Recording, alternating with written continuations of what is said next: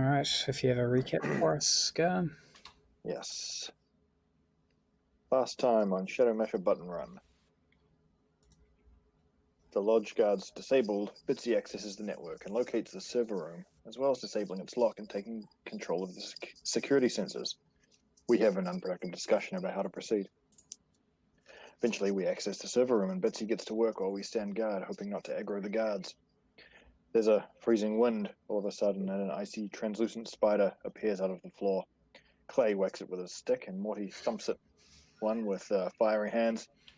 Neel gets stuck in with the stock of his shotgun, and Orla finishes it off with a stun strike. The security systems show us a guard approaching the door. We dither a bit more, and Morty decides to turn into a drake and rush out as a distraction. It works too, and the two guards blaze away with their weapons at Morty. Neel takes advantage, hitting the nearest with a bunch of stick-and-shot rounds. Meanwhile, a starry magic sort of thing appears, coming for Clay, who whacks it with his magic stick, which does some damage, but it also engulfs him. Orla hits the spirit with another stun strike, which also does a bit of stunnage on Clay for obvious reasons. Morty is soaking up bullets with his draconic armor. He bull rushes the remaining guard, causing a significant reduction in the value of the property and its chattels. Neel kicks the crap out of the first guard, but realizes too late that the guard had already primed a flashbang. As he looks at it, it goes off, and Neel is forced to assume a tactical fetal position. Orla does battle with the spirit some more, attempting to banish it. It's a bit touch and go there for a second. Clay also gets in there with another whack.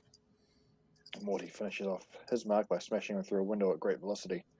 Slick, having been babysitting Bitsy's meat body, joins the fight against the spirit and kicks at one, which it definitely doesn't appreciate. Orla completes the banishment, but sets the building a bit on fire. Clay summons a water elemental to deal with that. A vehicle approaches, but it's okay because Bitsy has retrieved the data. Morty smashes his draconic way outside to confront the interlopers, while the rest of the team get gone via the back door. Morty all of a sudden realizes that the approaching car is in fact carrying the rest of the team as they escape. He moves to escort them as the actual team, who aren't a magical illusion, hike away through the snow. Drones and snowmobiles are deployed, but we evade them as Slick leads us down the mountain by as stealthy a route as he can. Morty has been convinced to meet us back at our campsite of the night before. Our paths converge and Orla attempts to render him invisible, but is unable to do the magic. At length, we reach the campsite in some state of exhaustion, pitch some tents, conceal them, and have a sleep. And that's us. So, awaking probably not more than a few hours later. At least your tents and gear isn't too cold, but the ground isn't particularly comfortable, and neither are your circumstances enough to really prompt you into any major sense of safety. But you feel a small amount of your weariness has gone, and the adrenaline has obviously subsided, leaving its residual hangover.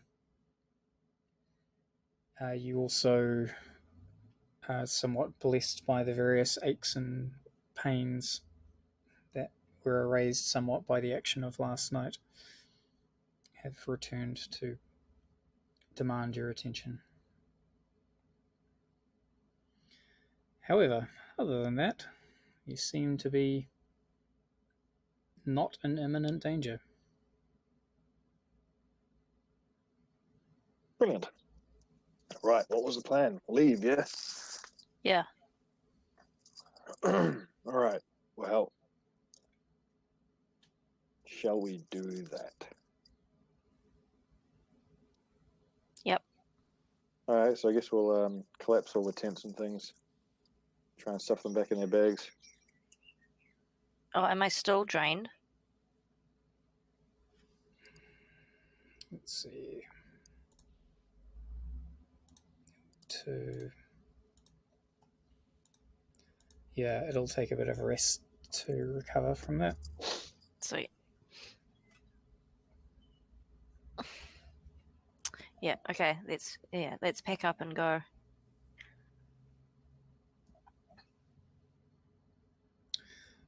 Cool. So everything's reasonably collapsible. Even in your slightly battered state, it doesn't take too long to pull the camp down, put it back into its respective bags,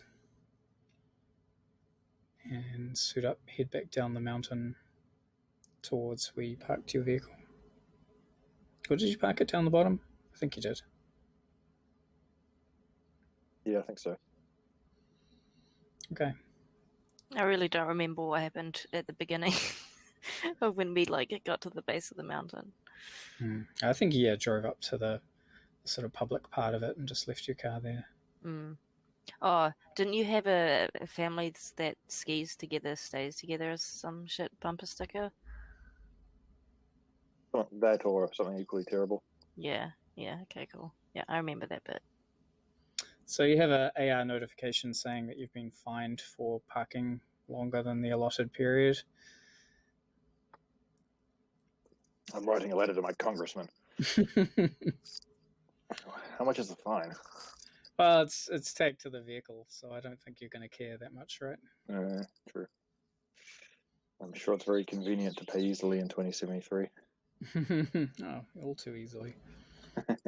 Luckily, they haven't immobilized your vehicle or anything.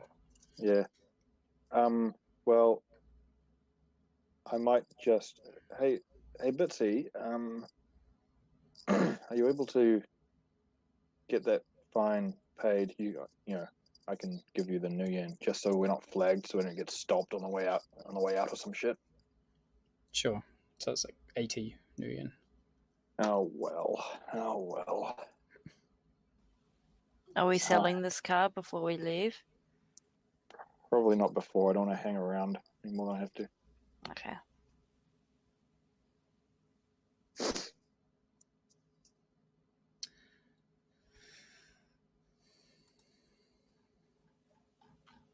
All right. Okay, and So where do we go from here? Do we have to go back to the motel to check out, or did we check out? I can't even remember. I think it's basically like it's like an Airbnb kind of thing as well. So I think yeah. I think you took all your stuff. So yeah, I don't think we left you anything. Okay, cool. So where's the how's the drop off thing supposed to happen for this document file? So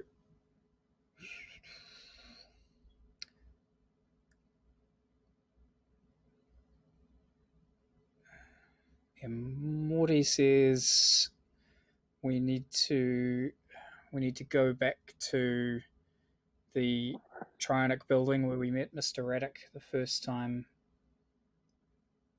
We handed over there. And that's back in Portland? Back in Sacramento. Oh, right, we're in fucking California. Jesus Christ. Mm-hmm. He says Erin told me she's going to meet us there.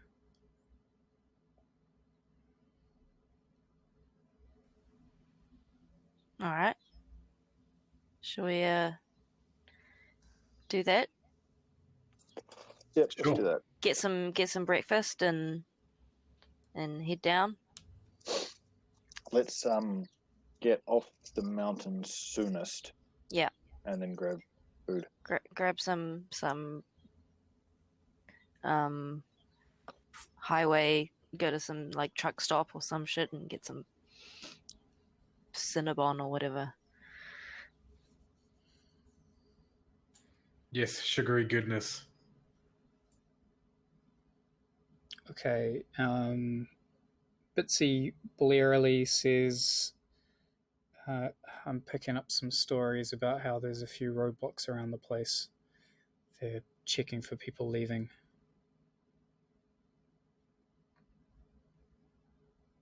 I don't think they have anything specific, or if they do, they're keeping it out of the news. But we're leaving. But we're not from here. It's kind of expected that we'd be leaving, right? Yes. Eventually. Bitsy, are they likely to have images of us from the security? Well, sorry. Could the lodge have security images of us, or was that wiped? I trashed as much of that as I could on the way out. Well, let's fucking hope it's enough then. He wants to roll his dice. Surely they can't cordon off the whole area, right? Well, that's a good point. This is like a wildernessy sort of area. There'll be secondary roads. Some of them might not even be on maps. Well, some of them definitely won't be on maps. We won't be able to find them. Yeah, I was going to say, if they're not on maps, that doesn't necessarily add to your case, because how the fuck would you know? Exactly. All right. Who wants to get on Google and be like, best hidden four-wheel driving tracks in Mount Shasta? I wonder if there's one of those like neighborhood like watch group pages that are like, watch out, police like speed Yeah. Yes, thing is on this road. Avoid. Yeah, let's get one on one of those Facebook groups full of fuckwits who like to avoid breath checks and shit.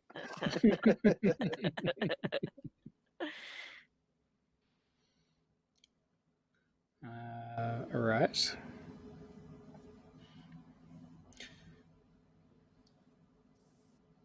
So, yeah, Mount Shasta doesn't have a huge. Well, there's certainly lots of ways that locals can potentially go, but to get to interstate is a little bit narrower options, and yeah, they don't seem to be after locals. And that's what the group determines. Okay, well, locals. We definitely don't look like locals, and we've got a shit show of fooling anyone that we are. At best, we look like innocent tourists. I would like to look at the maps of the area and do my best to plot a route using minor roads. And I would like to use one of my skills to do that. Very well. Well, do you have any suggestions? Let's see.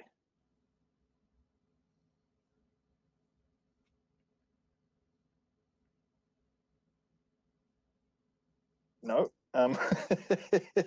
Because what would you use for something like this? Probably is it seek, or is it more of a maneuver? Intuit? I think there's a couple of ways that you could do it. I would go operate. Yeah, I was potentially going to say operate is one way, sight is another, maybe. Seek is potentially one. Given the option, I'll go operate. All right, so operate, I would give you a bit of a lesser effect, but it's still doable. Okay. All right, that sounds like the way to go then. Turn on my dice light.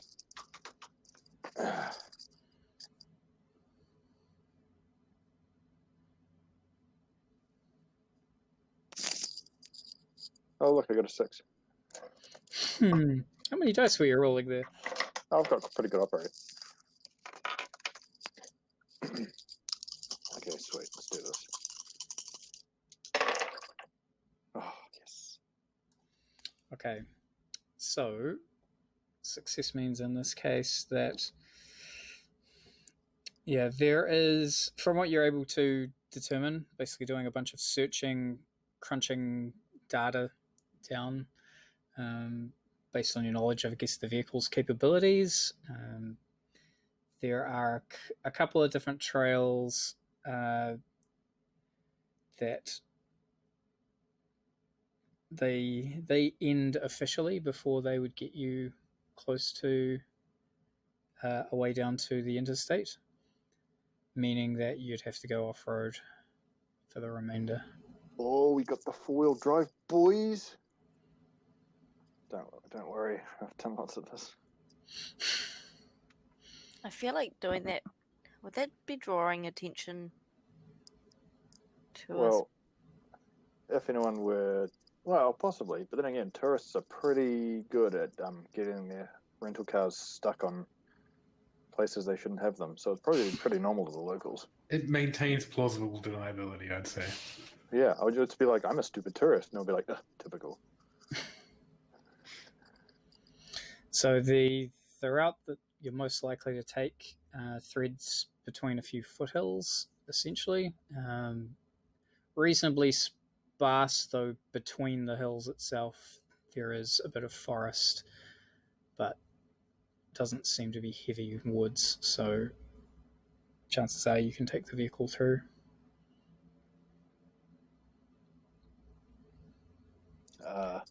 Just might be a bit of a rough trip. Yes, alright. Okay. I can't think of anything I can do to help our chances, so let's go. All right. So there's not a huge amount of traffic within the Shasta area anyway, because people tend to park up in big strips or in sort of bald parking areas and then walk around. So there's always the mass of people sort of moving around doing different things, the different bands of the gypsies and nomads and whatnot milling about. But as you leave town, there's a bit more traffic heading back and forth of various makes and models of vehicle, mostly of the older and beaten down varieties. And as you head sort of further away into the more outskirty kind of areas, then the traffic drops down yet again, and it's very rare to see any vehicles around here. It is raining, and the road that you're on now is more mud than gravel. As you're heading up into the sort of start of the series of foothills, the trail will end in a couple of kilometers, leaving you to your own devices. The window wipers just slopping away the water as it falls in, blocking up your vision. Well, don't worry about that. I'm using the vehicle's sensors because I am a rigger. That helps. Water doesn't exist. This seems like great weather for off-roading. It just makes it more fun. On the plus side, it means if there are any eyes in the sky, they're similarly affected. Do you have mud tires on? That was not specified. Yeah, it wasn't in the brief, so... Hey, great thing to have thought of earlier, though. That would be... Potential flashback opportunity. Flashback to days ago. Yeah, flashback to spending fucking 600 million on a set of tires we might not need, although now I know we do. Can I spend Karma to flashback to that? You could, yeah. How much will that cost me? I'd say it's not egregious, but it would be at least one for sure. Okay, all right then. And we thought of this earlier, and it's reasonable that you might have, because you knew you were going to a mountain. It's possible you might have expected you needed to go off road at some point. So someone who's I'm pretty sure it was raining before we set off, and it was like it had stopped. Also, I specifically got a 4-wheel drive vehicle, so like a smart person definitely would have considered that. Cool. You're welcome, by the way. Thank you. So shall we say the 600 million's about right, or? Yeah, let's say. I have no idea. I've never bought mud tires in my life. That sounds reasonable. I have Karma to burn. If you... I'm not completely tapped yet. Okay. I've got 2 left now. I got 7. Jesus Christ. So... Do you get to flashback to me buying tires? I can flashback to me going like, are those tires gonna be enough to handle the terrain that we're gonna be driving along? Look, when all the treads worn off, they're basically racing slicks. Oh wait, no, good point. Yeah, you can do that if you like. Sure. And he gets to take credit for the idea as well. I told you we'd need those tires. Unfortunately, I can't do that because I only have 1 Karma. Even though in real life it was your idea. Okay, so you get to the end of the trail. There's like a very forlorn-looking wooden barrier at the end of the road. It used to probably have a sign on it saying something like, end of the line or construction happening or something like that, but it is long since degraded.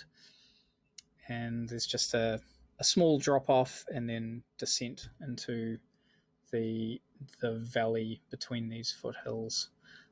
Long, like big tufts of grass sticking up on mounds of dirt, which are somewhat rain slick, but yeah, it doesn't look like anything too challenging yet.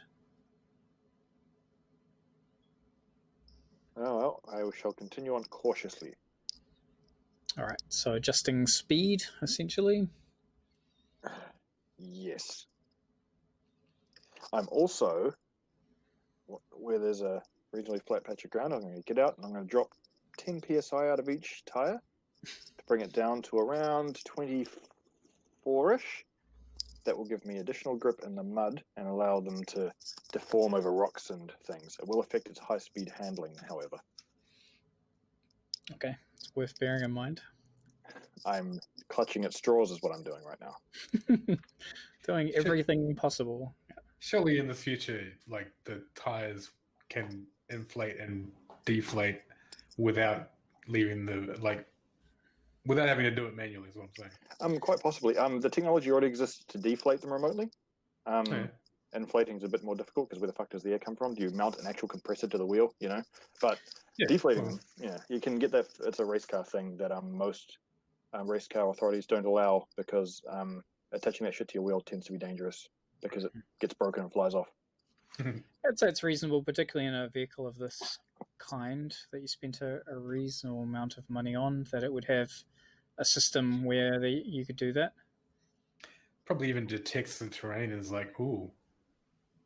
Again, that's a thing that's been around since like the 90s. Oh, does it have like Wasn't very automatic good in the 90s. adjustable suspension like in the Teslas? You can like raise it.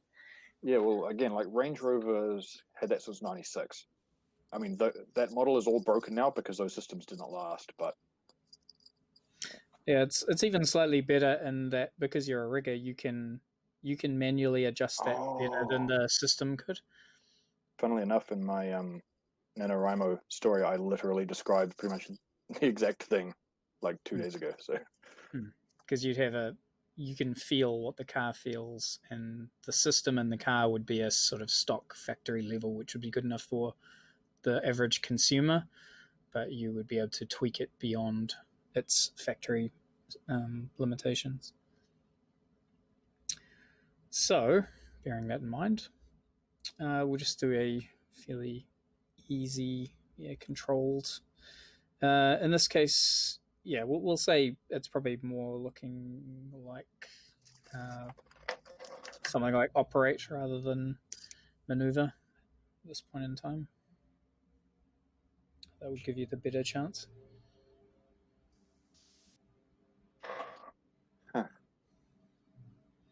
Okay. So the consequence in this case would be essentially having to, like, you're making progress, but you're having to head around into a different patch of ground, which is fairly heavily populated by puddles. I will... No, it's fine. I will live with my mistake. Okay. Yeah, the mechanical effect is that it will change your position from controlled to risky for the next test. Okay, shall I just crank the next test then? Yep.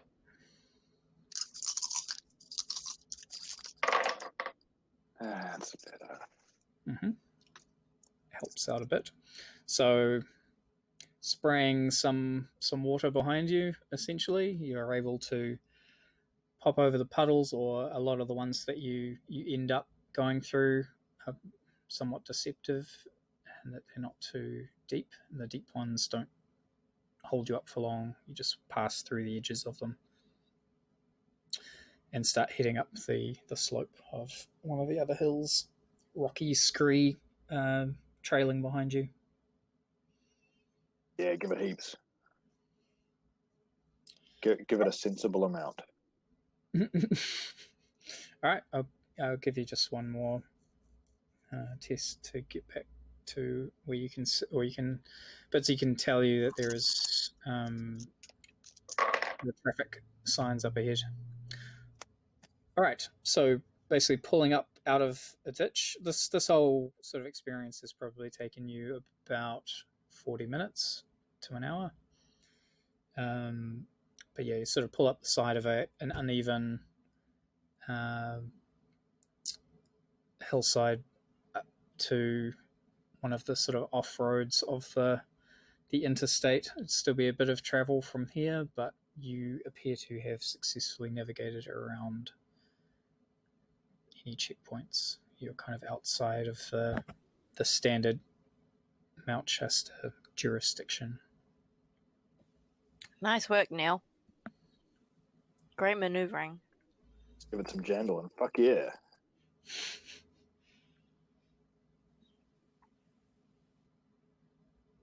Okay.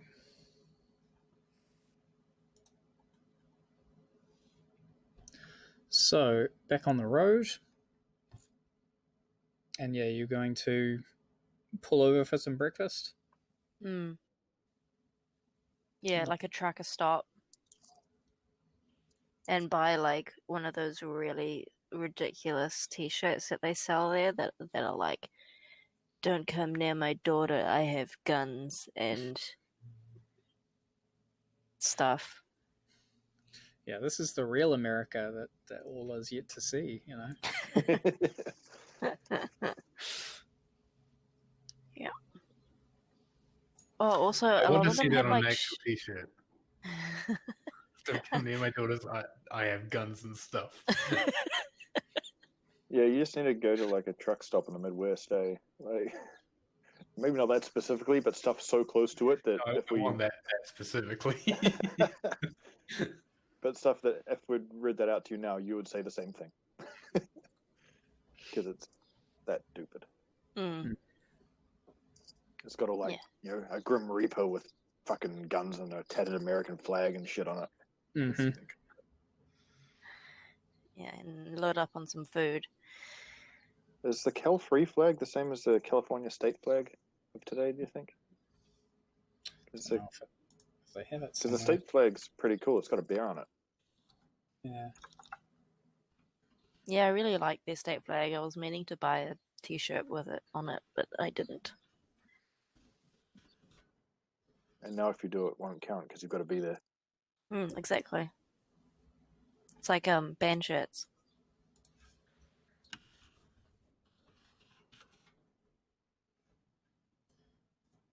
It does have a flag. Of course.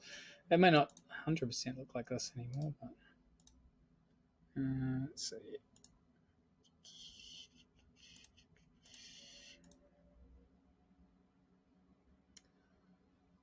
And that's simply because of the Japanese influence. The land of the rising bear.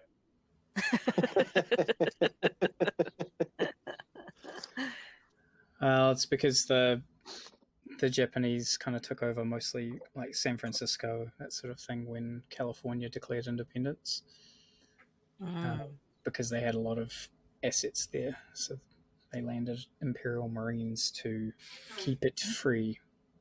But I think that's since a situation that's resolved itself, so the flag has potentially changed again, but likely still has the bear on it.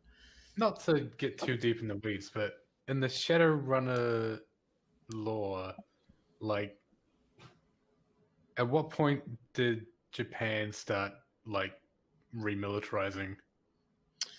I think it was kind of around the Awakening time. They got a lot of power back by deploying microwave satellites, which allowed them to provide a lot of energy for cheap to the world. And then there was a new Japanese emperor who was a little more gung-ho. They went imperial again. Oh. Mm-hmm. Oh, wow. Yes. Must be a coincidence that same thing happened just before World War II. And yeah, they traditionally have had a big problem with metahumans, and they put them in camps. Well, the ugly ones mostly. The orcs and trolls. Yeah. They put them on an island. Don't think they were too worried about elves and dwarves, but they still very much go away. So like what they did to the Chinese immigrants into San Francisco in like the mid 1900s. Yeah, this was in Japan though. I don't think they would have had some influence when they came into San Francisco in particular, but I don't think they were. So did they go to war, or like the non-aggression treaty or whatever? Did that dissolve once America broke up? Yeah, pretty much, because there was no United States anymore. Right. And certainly it wasn't protecting California because they declared independence. Right.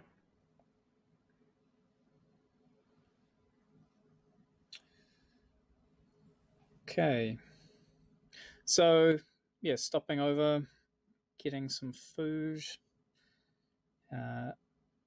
Aside from, the rather bizarre gift shop attached to the place with the aforementioned interesting outfits. Everyone seems reasonably pleasant. They don't treat you out of the ordinary. Food is probably overpriced for what it is, but that's life. Otherwise, it looks like it's, the weather's kind of settling in for the day. It's slacked off a little bit, but it's mostly grey, overcast, and everything's soaked.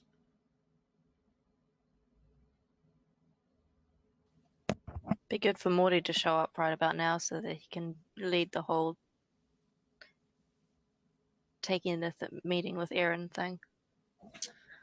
That would be handy.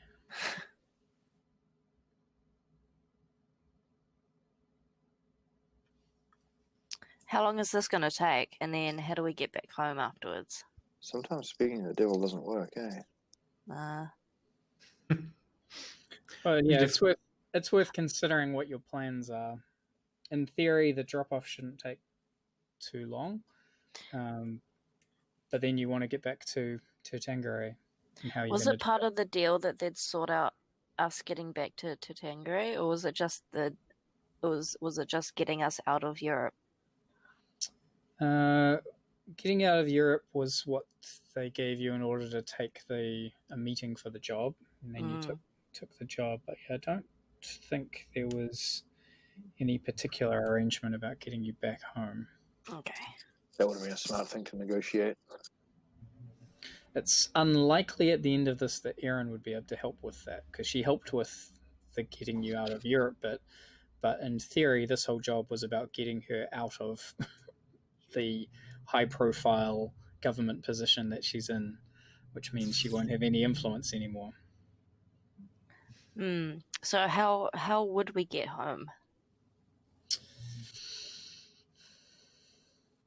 Well, I mean, you could drive, I suppose.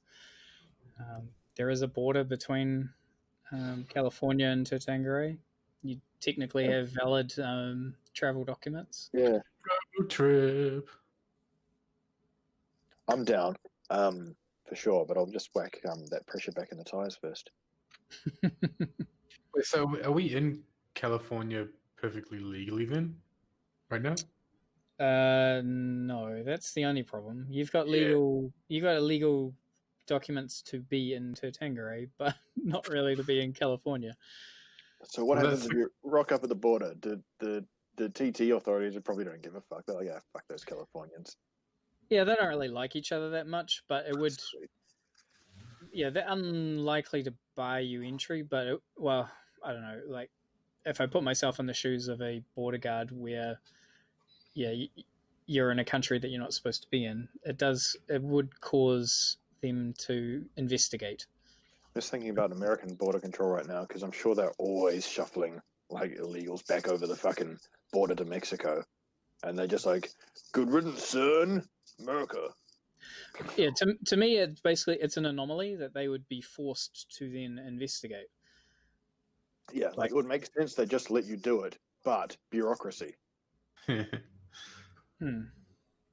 Well, someone's going to ask them a question. Why did you let this guy in? He's not even supposed to be in the country he's supposed to be in. That speaks about being a criminal. But he's allowed to be in our country. We could say that we were we were drugged and illegally smuggled in, and then we woke up and we're like, fuck, we have to get home. Yeah, that's what we need. The authorities looking into exactly what happened to us while we're in California. Yeah. Let's double down on the lies. I suppose we'll just cross that bridge when we get to it, I suppose. I was going for a slightly more cautious version. Okay. We do the road trip. But in the meantime, we just have Bitsy looking up what the actual repercussions of this are, and if there's anything she can do to grease the wheels of fucking border bureaucracy. Maybe you, this might be something she'd suggest. If we were to sneak over the border back into Tirtangere and then cross back legally into California, and then we could cross back and everything would be fine. Perfect plan. Let's do it. Maybe we just put the feelers out for a forger. Maybe we can get a visa for California. That was backdated about a week or so. Yeah. I actually have a better idea. Let's try and buy someone's pretty much expired visa, right? I'm sure there's a market in second-hand fucking documents that you actually aren't allowed to sell, right? But a hacker could.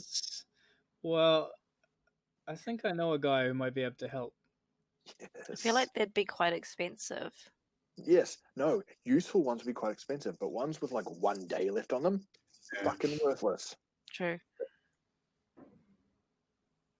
Is what I'm hoping.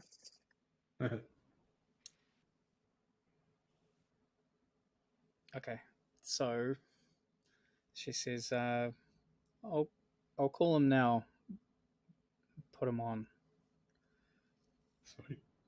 Is what my assumption is someone like this probably receives requests all the time saying, "Hey, can you sell my visa for me?" He's like, "Fucking hell, I can. That's what I'm in this business for." And they're like, "Here it is." And he's like, "This has 18 hours left on it. This is not worth anything. Fuck off." Whereas in this case, he could be like, "Oh, it's not worth anything, but I can get you $50." Okay, so call is answered after you've said that, and Bitsy says, "Chase, do you sell visas?" No, but I could probably find a guy. Yeah, I might have wrote that Chase was a forger at some point.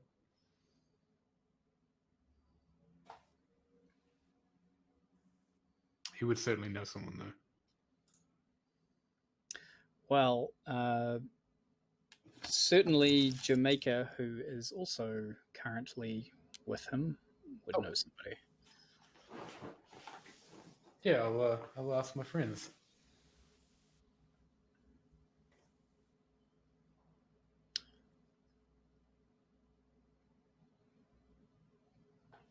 Cool. So put those feelers out. Cool. But yeah, she says it's definitely doable. Just might require a bit of pro bono work.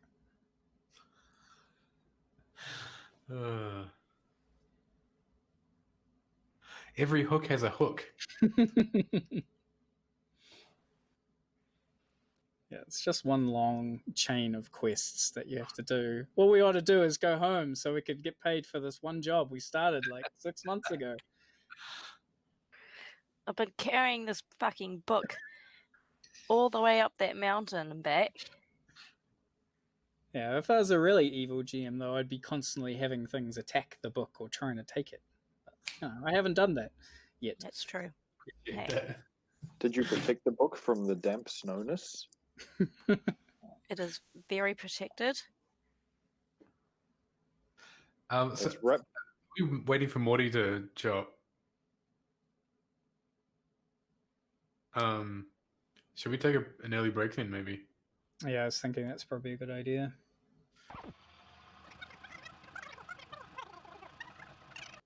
Ben, do you want to give Morty a quick update on what we've done so far this session, other than talk about American politics? Presumably you read the recap from last week? Or you have I played here last week. I know what's going on. Alright. Well, You as long as... said it with a straight face. Uh-huh. Yeah, we'll take you at your word. So what's happened prior our descent into American politics is you got off the mountain, packed up all your stuff. Everyone sort of felt a bit achy and painy, but otherwise no danger. Got into the car, found out that there are a bunch of roadblocks around Mount Shasta exits. So Gar plotted a route. sense. Neel, plotted a route to go off-road, essentially. So go down like an old forestry track kind of thing and then go off-road and find a way around off-road to get back up to an interstate connection. So he was able to do that. He stopped in at a truck stop kind of thing to have some food and sort of talk about what the next steps might be. Morty, you had a call from Erin, which we'll go over in a second about what the content of that call was, but the main details were that to complete the job, you have to go back to Sacramento and go back and meet with Mr. Raddick in his building to exchange the data, and she will meet you there as part of the exchange. Right. Getting a whole lot further away from Oregon and handing in that book, but wait, where is Yeah. And also we don't have a way to get back either. That was discussed as well about what happens afterwards. How do you get back into Tangeray? And Road trip. Cut a medium story short, called up Chase, who talked to Jamaica, and she said there might be a way of arranging that for some pro bono work. Every hook has a hook.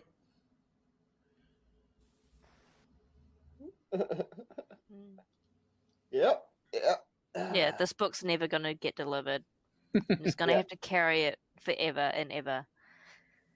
We'll forget what the book was. It'll just become like an object of reverence for us. Yeah, except for that 20 grand of New Yen that is owing to us if we... They'll pay back. form part of the mythology, when the book is handed unto the Johnson, then the reward will be paid. History passes into legend. Legend passes into myth. Yeah, because Jamaica's mission will take you to like Botswana or something like that. You have to try and find your way back from Africa all the way back to... We're just trying to get home, back to Oregon. We were so close before. We were like one state away. Because the problem you were having was that you've got legitimate documentation to be resident, or at least temporarily resident in Tangeray, but you don't for California. So the border guards probably won't care about you being in Tangeray, but it's one of those things that they tend to notice when you're coming from a country you have no right to be in. They tend to start questioning things then. Right. And Sacramento, California is what in the Sixth World? It's a free state. Okay. Therein lies the pickle. So it's probably really expensive to get in then, seeing as it's a free state. But it's where Chase and Jamaica have connections. Yeah, so we floated the idea of trying to buy visas that had only like 1 day left, and then use those. Yeah, because we only need them for a day. Yeah, and presumably they're not going to be examined too closely because we're leaving. I had a whole spiel. I don't know how convincing it was. I mean, like, my argument would be that border guards are as vigilant entering as exiting. Oh, Bitsy had an idea of sneaking over the border to Tanqueray, illegally going back to California free stay, and then going back over to Tanqueray again. Yeah, that's a possibility. Not without its dangers, but Right. Okay. Yep. No. of course you could just illegally sneak across the border into Tanqueray and pretend you were never in California in the first place. Well, yeah. Don't we have to go to California to hand in the data, though? So we're already there. Oh. Yeah, so it's that they were talking about what happens after you've handed in the data. Yeah, Right. Mount Shasta is in California. I actually looked at a map on the wiki and it was like outside. When I looked up the California Free State to find the flag, there was a map and Mount Shasta was like just north of the border. But maybe we're fine. that might have been an old maybe map. maybe all that work I did to sneak us back to the interstate actually took us back into Calfrey. Yeah, well, I mean, the thing to bear in mind is that there have been some border disputes. Yeah, that's what I assumed. Yeah. And that whoever made the map might have just taken the original California border instead of the actual border of the Well, state, also, which is not the same. To be honest, because Mount Shasta is claimed by Hester, she's really the dominant power in the region rather than the Californian government anyway. Oh, so it's a free state within a free state.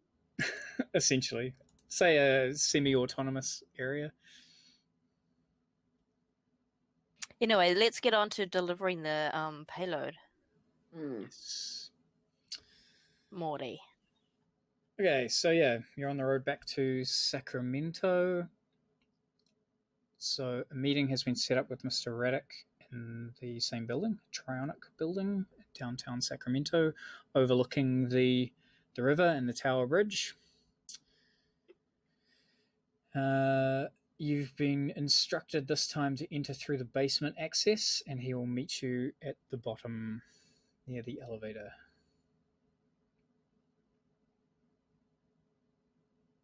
The serving systems, right? All right. Yeah, fair enough. Class system still alive and well, even in the sixth world.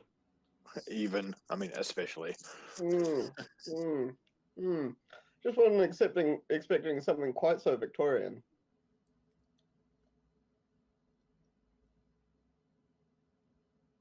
Yeah, you get the fancy stuff when offering the job, but now that you've done it, it's like, okay, deliver the coal to the back door, please. See you later. So I imagine we look like 5 bags of hot shit, right? Like warmed up death. Oh, 6. Bitsy's with us, right? Yeah, 6. Yeah. That's how I feel. You've looked better. Yeah. Should have had a shower at one of those trucker stops. Didn't. You should have had a wet napkin shower. I had one. They're great. Oh shit. You just get a couple, you just really get in there. Wakes you right up.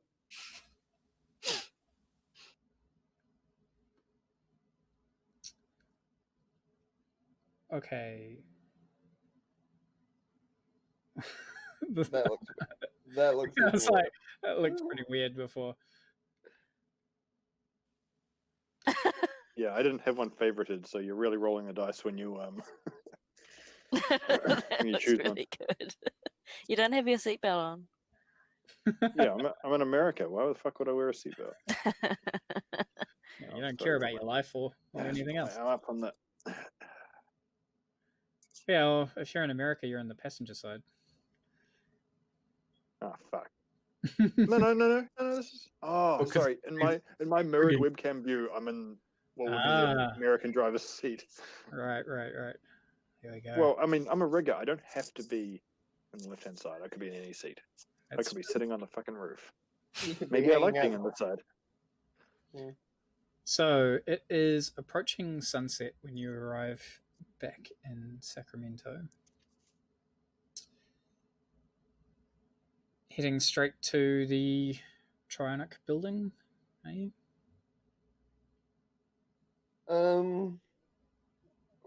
What's the score, guys? We want to head straight back there. Do we want to suss like a sleeping search before? Yeah, or are we going to gap? You've kind of got an appointed time, which is, say, an hour away. Oh, okay. And we've been to this building before, yeah? Mm-hmm. Alright. Should we just hole up in a food establishment until then, or? Yeah, I think so. Get some noodles. Eat some noodles. For Denny's. Yeah. Wait, aren't there like those by the hour sleep pods somewhere? Yeah. I'll go for that. Yeah, that sounds like a good idea. Yep. Yeah, I did say you didn't have a huge amount of sleep, so having a nap might not be a bad idea. I tried my best to sleep in the car, but you don't always feel super refreshed after doing that. Look how comfy these seats are. Contoured. Man, this is some high-end shit. Baby, like a car seat thing. Yeah, It looked- particularly difficult for Clay to sleep in the car. Or fit. Just big boned. And big other things. Okay, so after a brief pod nap, some soothing binaural beats. I just listened to white noise. That works Sounds too. pretty bougie. Sounds like he's an infant.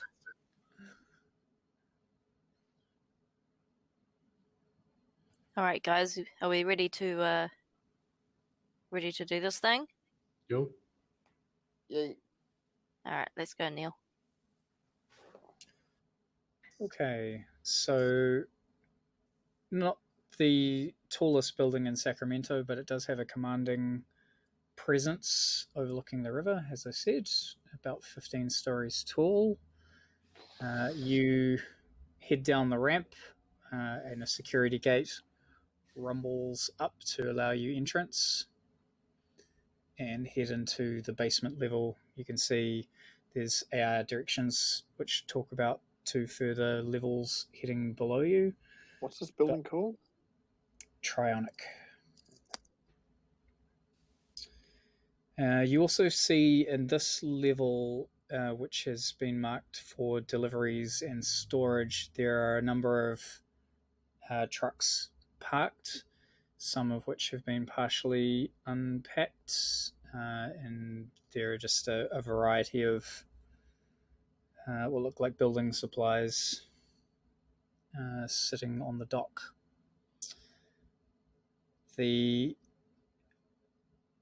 There's only a dim lighting here, but the elevator springs open just as you pull up, bathing the initial part outside in a warm yellow glow, silhouetting Mr. Attic, dressed in a dark red suit, clasping his hands together. Sorry, can we just refresh my memory? Do we know this guy from... He hired you. Right.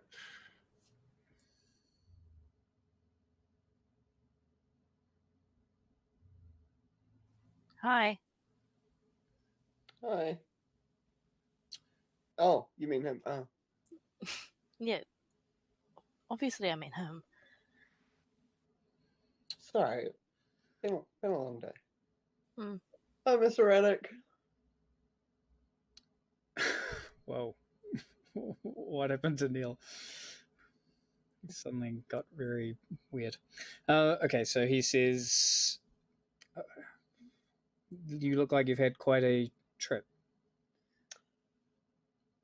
Oh yeah, it's been fucking hell, to be completely honest with you. Well, we can spend a little bit of time relaxing. I will need to verify the file, and there's no sense in staying in an environment such as this. I believe something of a celebration is in order, so if you'd like to follow me, we'll head on up.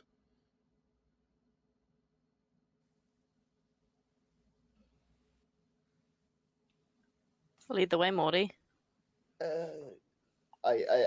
Guys, do we want to follow him? Why not?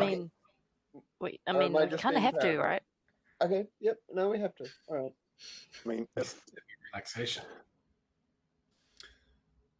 Okay, so he sends a command to the elevator, starts to ascend, and plays a sort of jazzy music remix of In the Air of the Night by Phil Collins.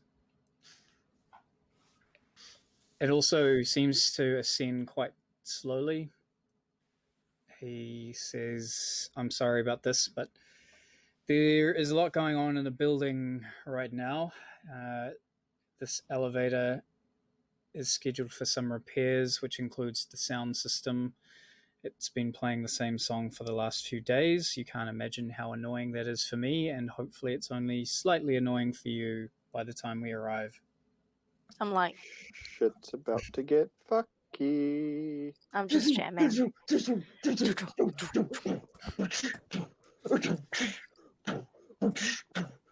be fair, the drums in that song are exactly the sort of thing Neel is way into. So It's not into that though. It's a jazz version, though. ah, fuck. Man, this sounds like the sort of song that could be awesome, but isn't. When things seem sus as fuck, throw them off by acting like you don't notice at all.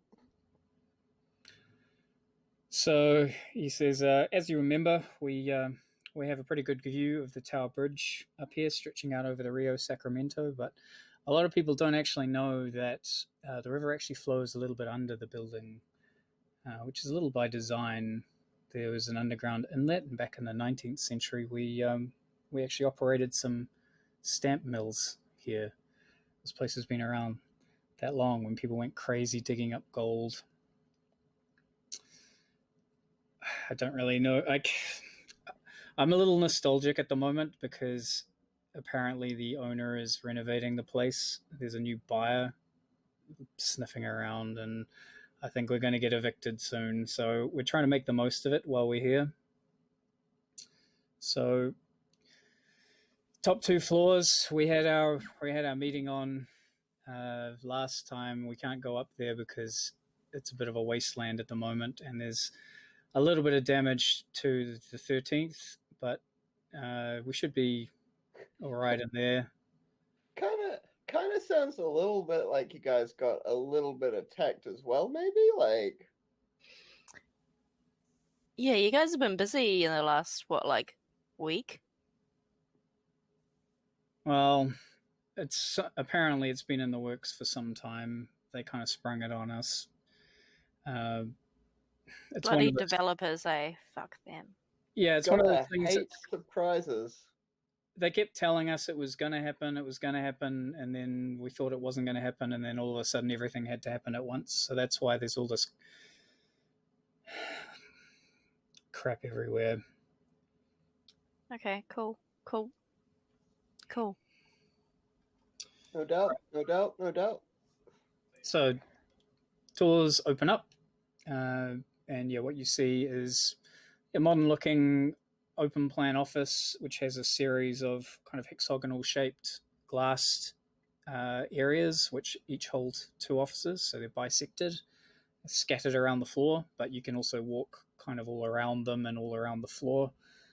In the center, facing the lift is a series of black leather couches that are arrayed around a fairly modern and expensive looking Trilio setup. A few bookshelves here and there. And over on the right, there is a modest but high-end looking kitchenette, which has been set up with a number of boxed delicacies and some bottles of different alcohol.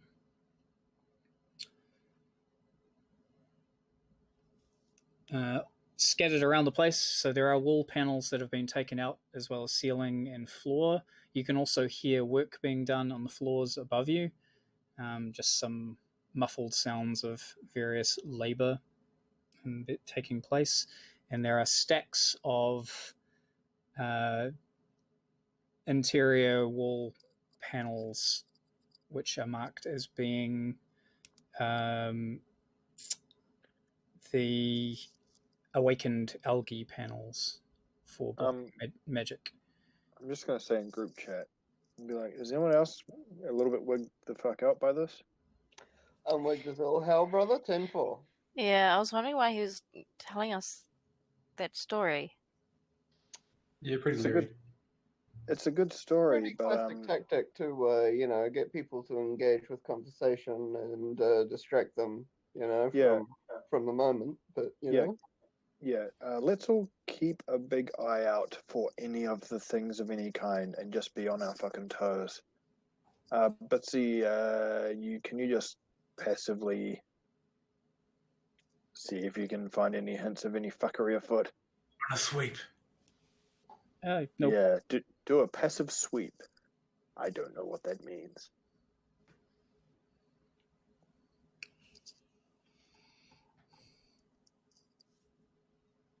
Okay, so yeah, Radek leads you just into the lounge area. There's also all of the exterior is glass, so you can see out into, like, say, the river below as the sun goes down. It's mostly down by now. You can see the city lights across the other side of the river. There is also a helicopter pad on a balcony outside.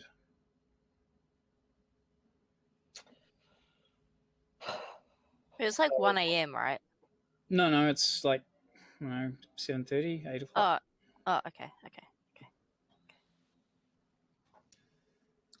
All right, shall we get down to business? Yeah. So it says,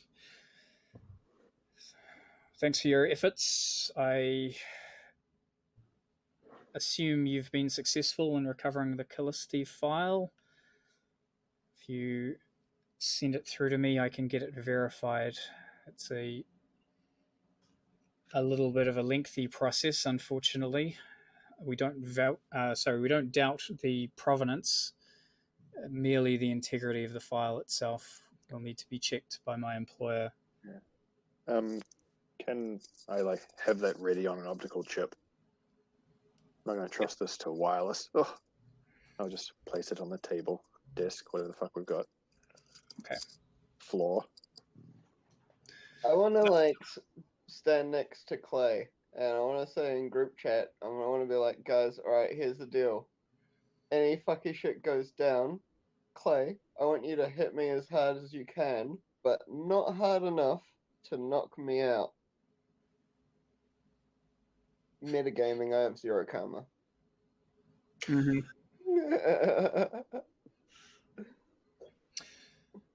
All right. So he says he takes a series of cred sticks out of his jacket, puts them on the table. Says, as I said, I personally believe that your operation was completely successful, but as a requirement of my job that I get this verified first. It shouldn't take more than an hour. If you'd like to avail yourself of the amenities that I've seen provided, feel free to do so. I'll just be outside on the balcony.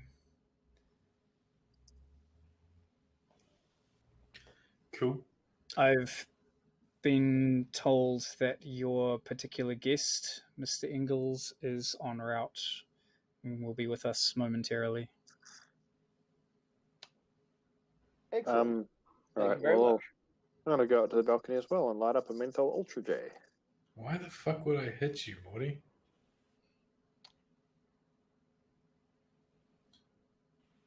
Just, do you trust me? Are you going to be offended by the answer? Maybe? Then maybe don't ask. Just trust me on this one. I find pain helps me focus. Neel, I think Morty's trying to get me to join a fight club or some shit. We don't talk. Yeah, look.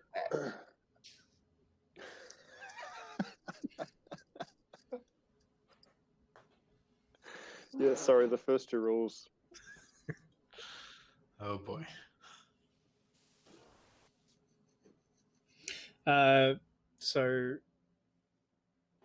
Radek goes to follow Neel, I guess, as he heads off to the outside, but he also says, oh, I forgot as well, my employer has already sent a helicopter for when your guest arrives and wishes to be taken elsewhere as part of the arrangement. I don't expect it'll take too long for it to arrive. Excellent. Again, merely a token of this element is a formality of the job completion. Please relax, and our business will be concluded shortly. That's extremely delightful. What's the range of the helicopter, just out of curiosity? I'm not sure. Sorry, not my area. Don't worry, silly question.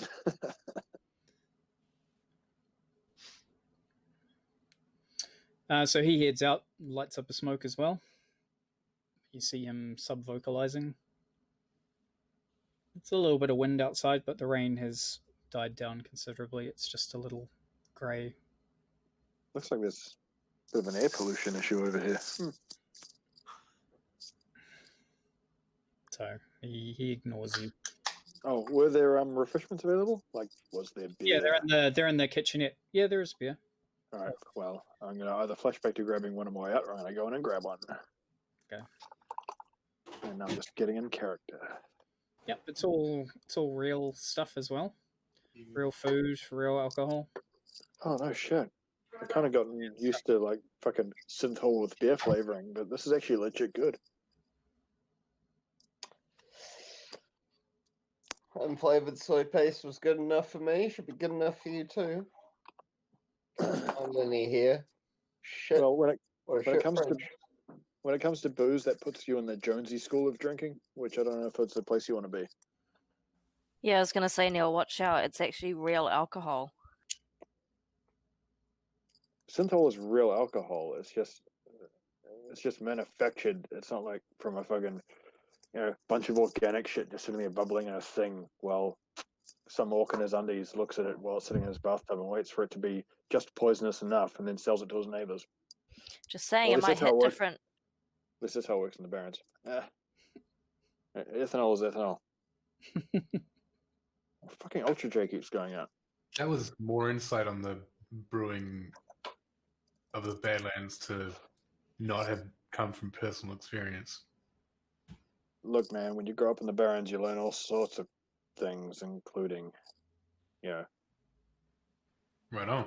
that one of your neighbors is literally blind from the methanol in his shit. But if you like filter it through the closest approximation you can find to bread, you can still get fucked up when you're 12 years old. Slick goes into one of the offices and starts spinning around on one of the spinning office chairs. Kids will be kids. Where are you placing yourself, Orlo? Food. I'm eating the food. Okay. Clay? Surveying what is on option. I'm just going to join Slick and probably break one of the office chairs. Which elicits some laughter. Yeah, there's a fairly, not a huge array of food. It's mostly finger food. There's a lot of sashimi, and there are some like small trays of baked goods, like delicatessen baked goods. Oh, tiny sandwiches? Yeah, there's a couple of tiny sandwiches. Yeah.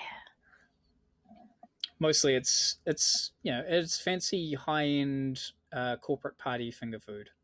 Oh, hors d'oeuvres. Hors d'oeuvres, yeah. Yeah. So it's difficult. Well, it might not be too difficult for Orla to identify. It would be extremely difficult for Neel to identify. Wait, did someone say horse to oeuvres?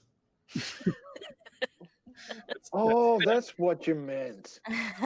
Now we're on the same page. They look like little works of art rather than food items.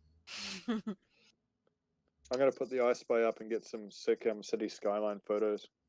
Real talk though, and like out of game, what the fuck is up with hors d'oeuvres always being like just fucking bullshit? Like fucking, you can't put some fucking mushroom bits and some pastry and call it an hors d'oeuvre. Like fucking, you can't serve it cold either, and it's all soggy and gross. Fucking put some effort in. Isn't it due to the monopoly? Isn't it due to the monopoly of Montana catering? Yes, that is a problem. Canapes. Canapes. Yeah. Oh, canned apes. Yeah. I had an uncle that suffered a connection once, and yeah, It was never the same. No.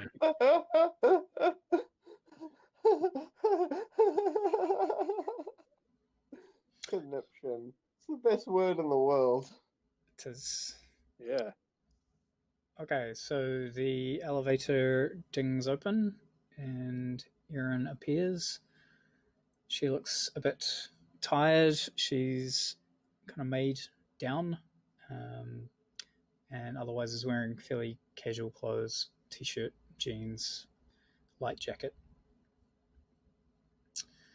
And yeah, she looks a little awkward, standing there for a second. And she walks over to you, Morty. So, sorry. Hey, Aaron. Hi. I hope everything went well. It went the usual way. It was, I guess, a tall order, right? Like, Yeah. But we got her done. It's pretty tall, all the way up that mountain. Yeah. I gotta tell you though, with this one run in, and I've been fucking, it's been stuck on me the whole time, right? We're walking up this mountain, going up to the lodge, right? Out of nowhere, awakened bear. Sure, you've seen tons of them. My first one. It immediately latches on to Clay. And Aaron, do you reckon awakened bears are racist against trolls?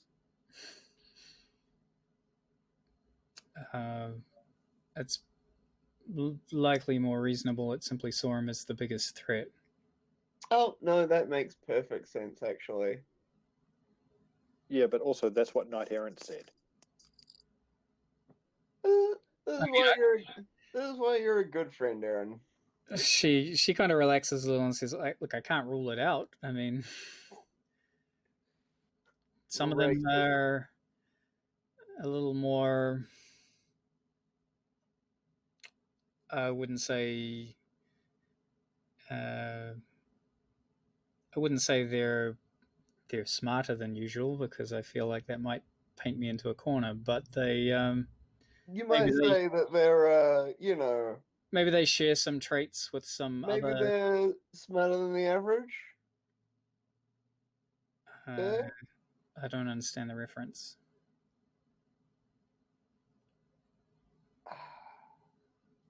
And that's why you're a bad friend sometimes, Aaron.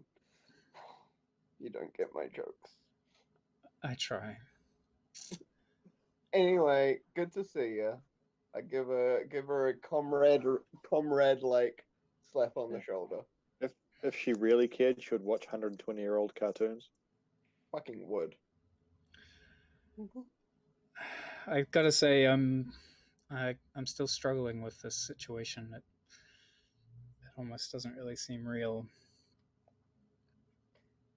Well, one thing I've learned: the most important thing any of us can do in our lives is turn our attention to something. You turn your attention to something, you'd be amazed at what you can find out and what you can achieve if you just focus. I guess Single-minded, stubborn determination. that's the hope I can get some of that back. I'm still in a bind to some degree. The contract that was sealed a long time ago, pledging my loyalty, but Sounds like an astral quest. I think what you've bought for me with what you've done, and what I'm extremely grateful for, is that I will have enough time to be able to focus on the solution. I couldn't do that under her charge and being watched. There was no way that I would be safe. Are we like metagaming here? Is Aaron secretly some kind of demon child that was sealed 400 years ago and has some sort of demonic seal written across her body, and we're like gonna awaken some sort of hell demon? Because that's 400 years ago, magic was at low ebb. If anything, it'd be more like 6,000 years. alright, okay. So either Erin just like has delusions of grandeur, or she's a 6,000-year-old elf. Check. Or she's having an existential crisis because her entire life has changed in the blink of an eye. Yeah, fair. No, that's true. Yeah. Sorry. I do Anyway. like the demon thing though. Well, yeah, she says. I mean, some of my history.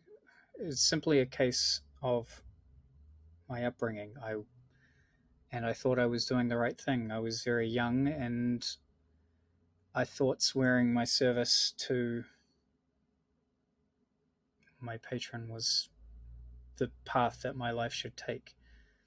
I've been, as a result of some of that work, a contract lawyer for longer than you've been alive, at least as a cover. So I feel confident that there's some way out I can find. Thus far, as far as I can tell, the only way is the death of one of the contractees. I mean, Aaron, I've recently sworn to non-violence, but like, if you can prove she's totally nasty, we'll get her done. Like I say, getting away from her and from that situation will give me time so that I can maybe find a better solution. All right. Well, that's all we can really hope for.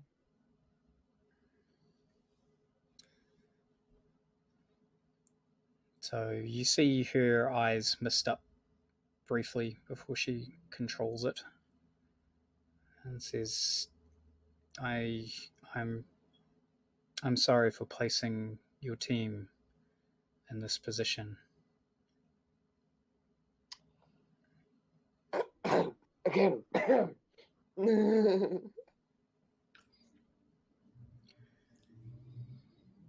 And at that point, you hear through your comms Scale's voice say, "There is no need for you to be sorry, Ms. Arashur. You've done brilliantly." Scale? Remind me who... Is that the fucking spirity thing? Your lizard-faced friend from Germany. Yeah. Oh. Oh. The one who talked to me and was like, Oh, that's right. I told her she got one more. It's fine, everyone. She got one more. Wait, this came through our comms. what did they say? There's no need for you to be sorry, Ms. Arashur. You've done brilliantly. Right, well, I mean, Neel is going to be like, whoa, what the fuck? That's weird. But a magic user might be like, how the fuck is a spirit using our electronic communications? That's very confusing. Is Aaron the lizard? No. Oh. It would be a weirdly masturbatory exchange if it was. She clearly isn't hearing what you're hearing, so she notices your expression change. Looks curious. The voice goes on to say, "Rash actions will beget well-planned and ruthlessly executed responses, by the by. Mr. Ingalls, it's time we spoke face-to-face, wouldn't you say?" I like to astrally perceive. Oh. And you can hear... I Air did of the give night. you one more, didn't I, Aaron? I guess this kind of counts. Doesn't feel like a massive betrayal, but we'll see how I feel after I talk to this guy. She... Clay, do your thing. He wanted to astrally perceive. Yeah, was that you, Clay? Yeah. Okay, so... You can't see anything out of the ordinary other than these aforementioned panels that are strewn about the place, that are the awakened algae panels. Most of them are bound up pre-install. There are a few that have been installed into the walls.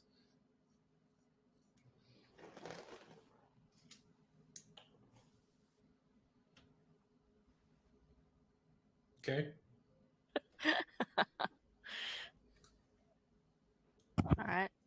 Then I stop astrally perceiving because And you may have elided the last thing I said as well after what Scale said, where you can hear the sounds of "In the Air of the Night" through your comms briefly. oh, He's coming out the elevator. Good, Morty. Guys, I think that we Fuck. should...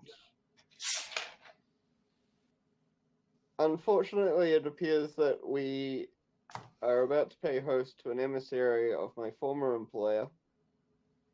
I strongly advise you all to take no action and stand down. This is not a fight that I think we can win. So Aaron looks over at you and says, "What? What's happening?"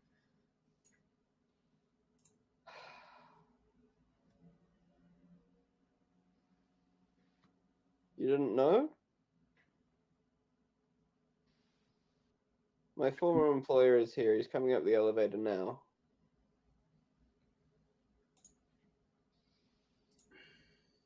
I don't know what to do. I am not in a position to fight. And he told me that rash action would precede ruthless and well-planned reprisals. Okay. So I think everyone should just remain calm and see what destiny brings us. So Mr. Raddick comes back in, sort of with a smile on his face. "Everything's looking good, guys. Hey, what? Everything okay?" Saeder-Krupp here. Are you aware of that? It's coming up the elevator now. That shouldn't be possible. So Bitsy is jacked in the background, but she comes back out looking a little pale and says, okay, I've got him out of our comms, but he's got some... There's at least 2 other Deckers playing for his side. I can keep us clean, but I've lost control of the building. But see, as I said previously, there's nothing more that we can achieve when we focus. Unfortunately, the same is true of our enemies, and they appear to be focusing very hard right now. So, Also, I broke one of your office chairs. Sorry about that.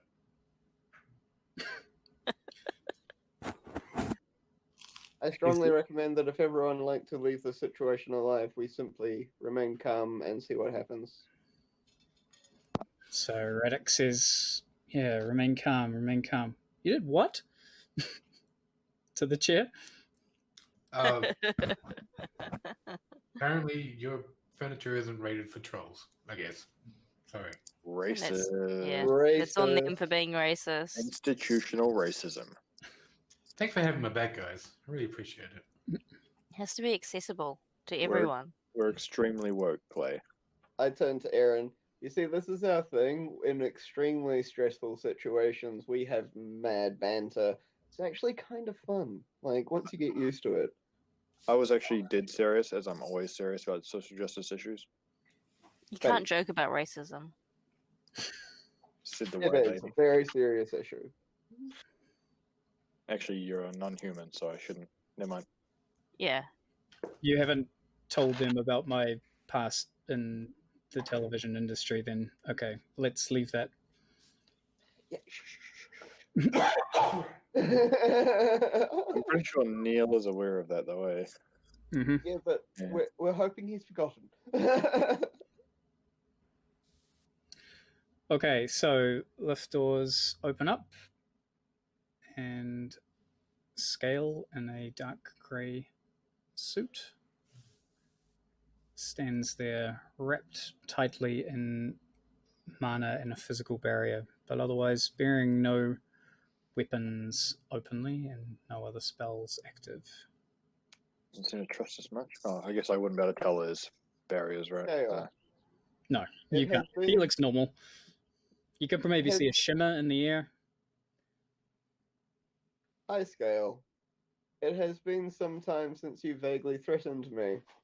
I was wondering if you'd forgotten about me. Perish the thought.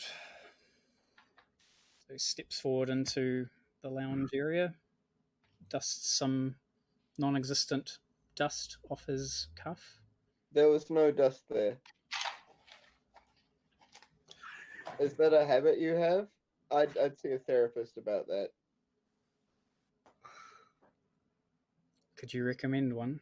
Absolutely, yeah. You probably already know her though. Just look in my file. She's really good.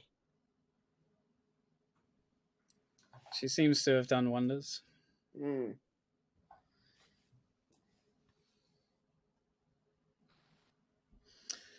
I can clear up a few of your concerns by stating that Miss Arashur here had no idea of my involvement. That is quite clear from the look on her face. Unfortunately, the last words she spoke, juxtaposed against the actions that you had, made it look like for a brief second that she really did, but we cleared that up, so it's fine. He looks at all of you and says, you are to be commended for eluding me in Germany. I felt we had the situation quite well sewn up, and I'll admit it gave me pause discovering that you had left without my noticing. But once I had become aware of your elvish connection, at which he looks over at Erin, things rather began to make themselves apparent at that point. It's always best to go for your enemies where they're weakest, isn't it? It's simply a matter of patience, and as you well know, our mutual employer is very good at employing that. Speaking of patience, I've activated my shift reflexes at some point just to be safe. Okay. Mr. Reddick, sort of still not really taking in what's going on, he steps forward and says as much. I don't really know what's happening here, but I do know you're trespassing and you should probably get the hell out before security arrives, because they're not kind. Scale looks at him briefly and says, no further words need be spoken by you at this time. And don't harm him or I will react badly. Mr. Reddick steps back and Hey, remains mum.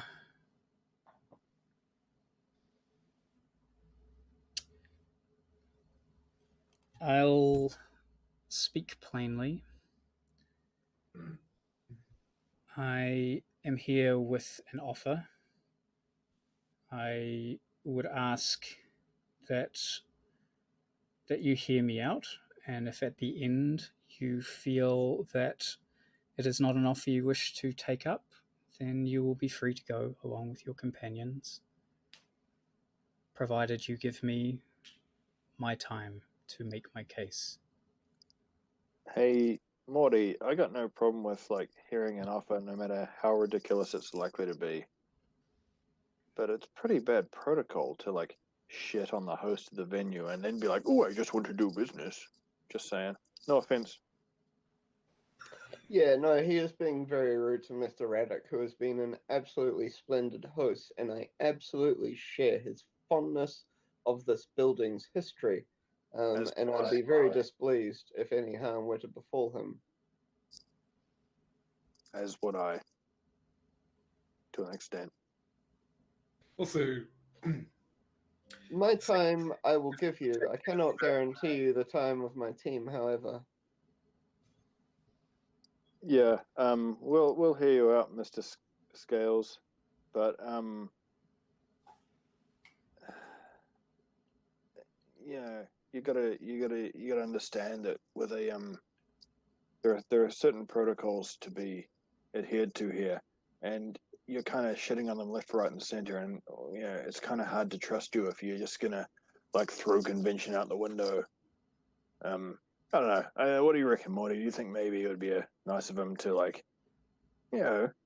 at least give some kind of token consideration to Mr. Raddick, who's treated us very nicely and is indeed hosting this whole thing? Oh, indeed. Even just a curt nod of his head, acknowledging his presence, would be sufficient, I think. Okay. I want it to go past curt. I want a sincere nod at the very least. I think that's fair enough. Okay, we're agreed then. My team's time for a warm nod at our host, Mr. Raddick. Yes, warm. I am prepared to be reasonable if your offer is genuine. Indeed. Oh, throwing shade. Oh. He turns to Mr. Raddick and says, I am a guest in your city and in your building. If you permit me to speak with your associates briefly, and then you may resume whatever business you had with them. So Raddick sort of looks around at you guys. We're all looking at you, Raddick.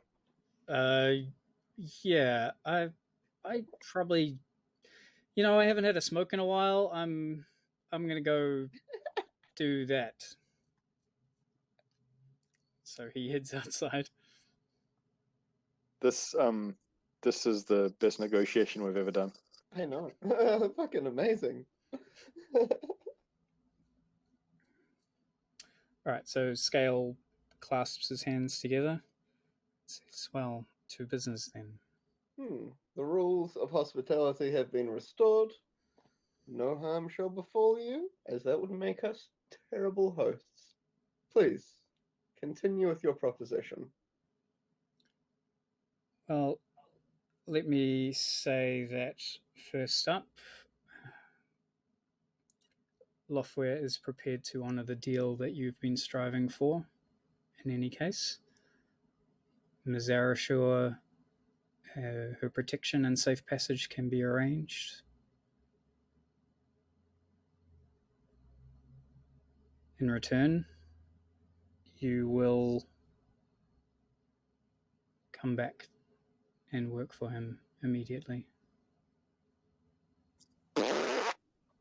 Hey, Morty. Hey, Morty. Am I right? Fucking Loftware? Morty looks at Aaron. Morty. No. Morty. She kind of looks back at you.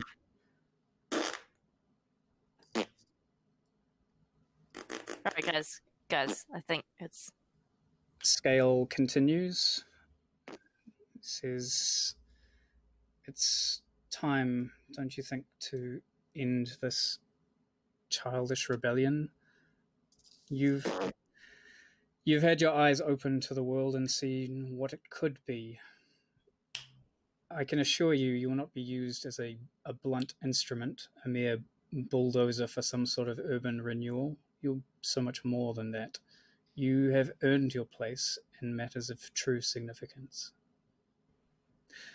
And I sense that you're weary of this life.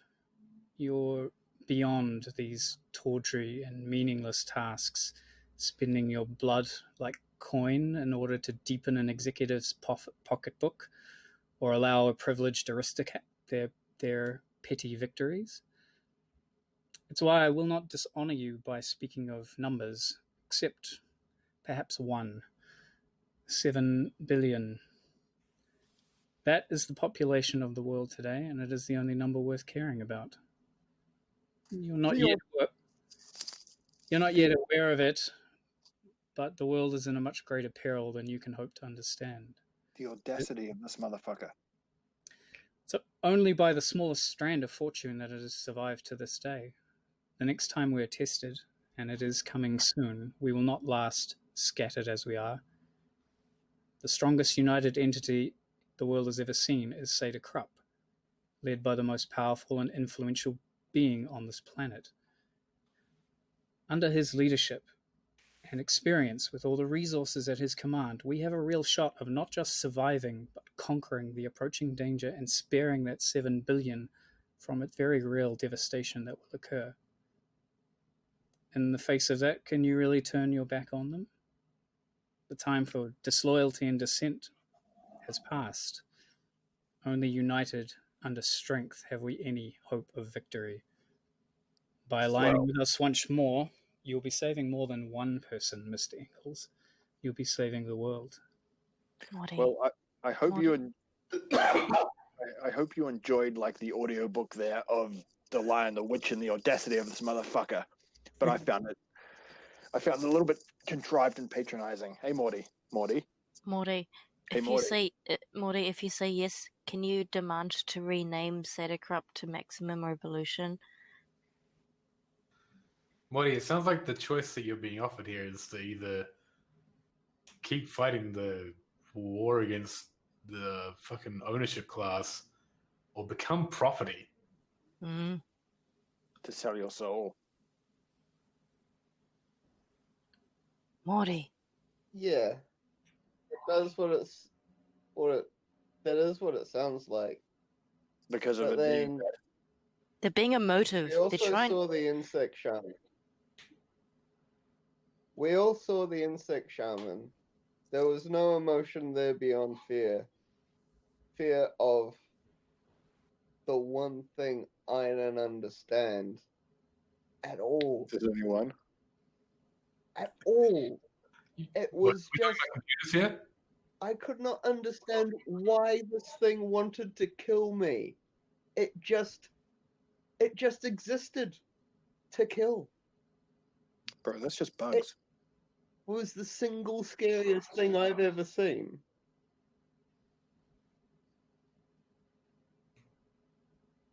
Now, Don't choke on the granted, Kool-Aid. Where was this fucking high fucking brow fucking rhetoric when you had me clearing out fucking basements in the Barrens so we could develop a property?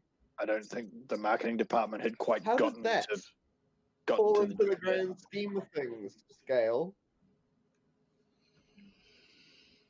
You speak of that which is past. I would rather speak of the future.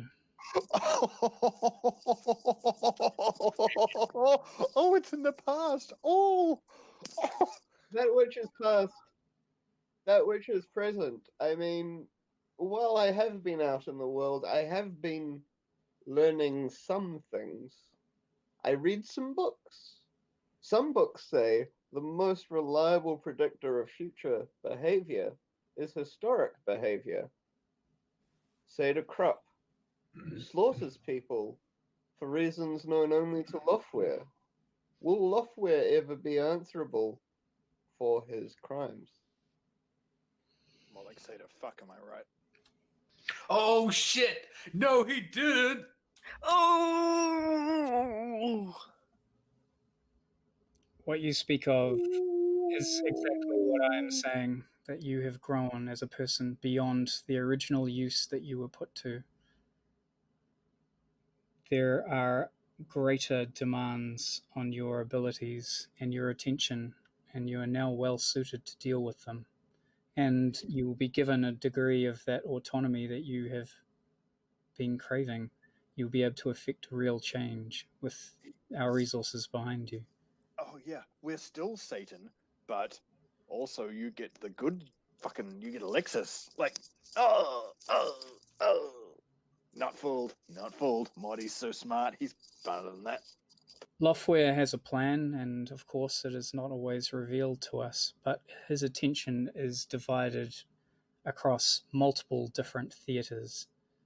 He permits agents such as myself that flexibility to build the world in a way that we see will fit his design. Translation, we're Satan, we work for Satan, work for I us, mean, please. a little bit I'm like, but guys,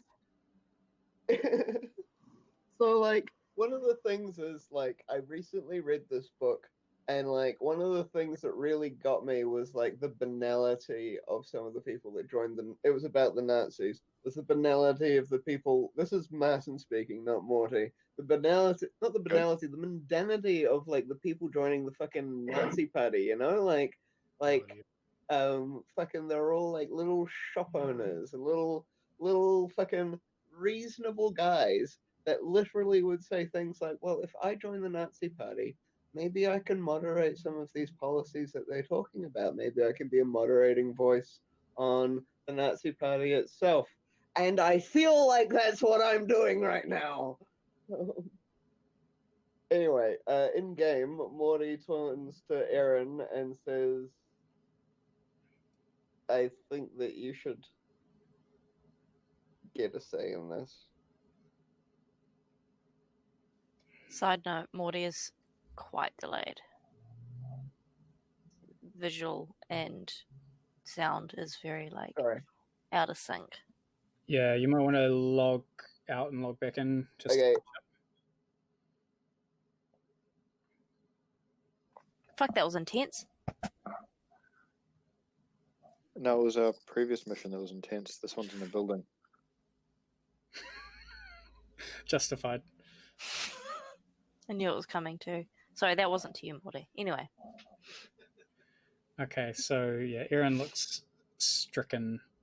She says, I wouldn't be here without you, Morty. You can't put this on me.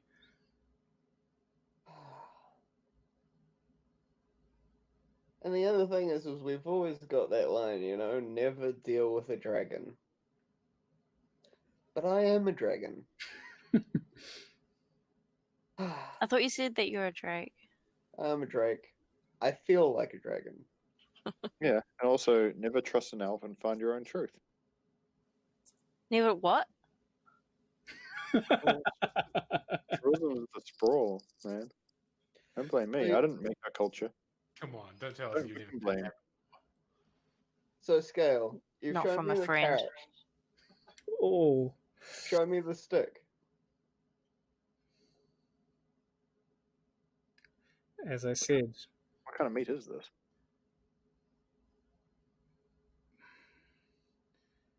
you have shown the ability to avoid the consequences that I've previously thrown at you. I do not want to waste resources in a fruitless pursuit.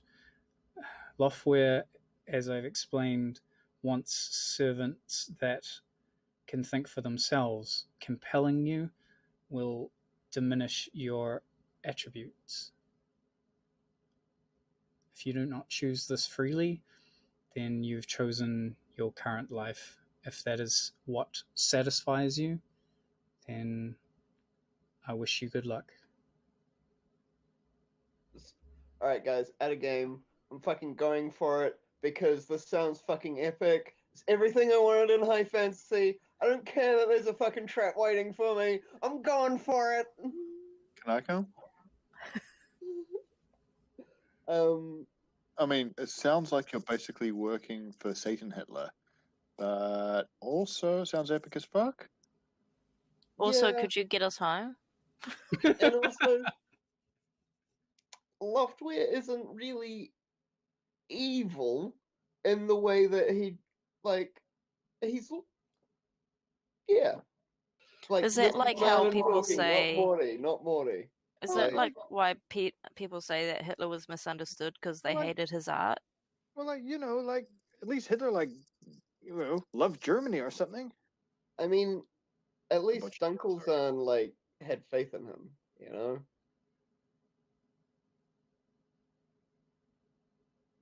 The president who got killed. Guys, at a game, is this a terrible idea? Fuck it, I don't care what you have to say. Yeah. See, here's the problem with the carrot that is supposed to pull Morty out of the game is that it's so impressive that I want to see what's on that side.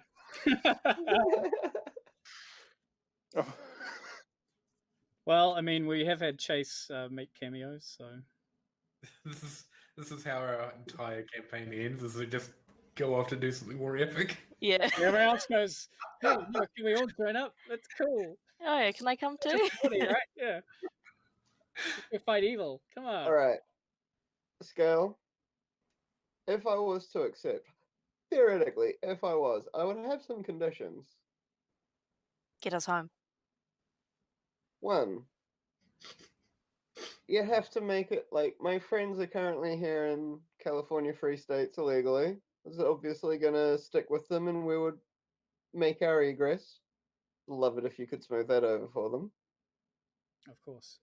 We got a ride sorted, just some fucking fake visitors would be me. Two, my friend Beauregard is currently languishing in jail. If you could see to his release, I'd really appreciate that. It was on my to-do list. You know how things are, you just get busy. Of course. Number three,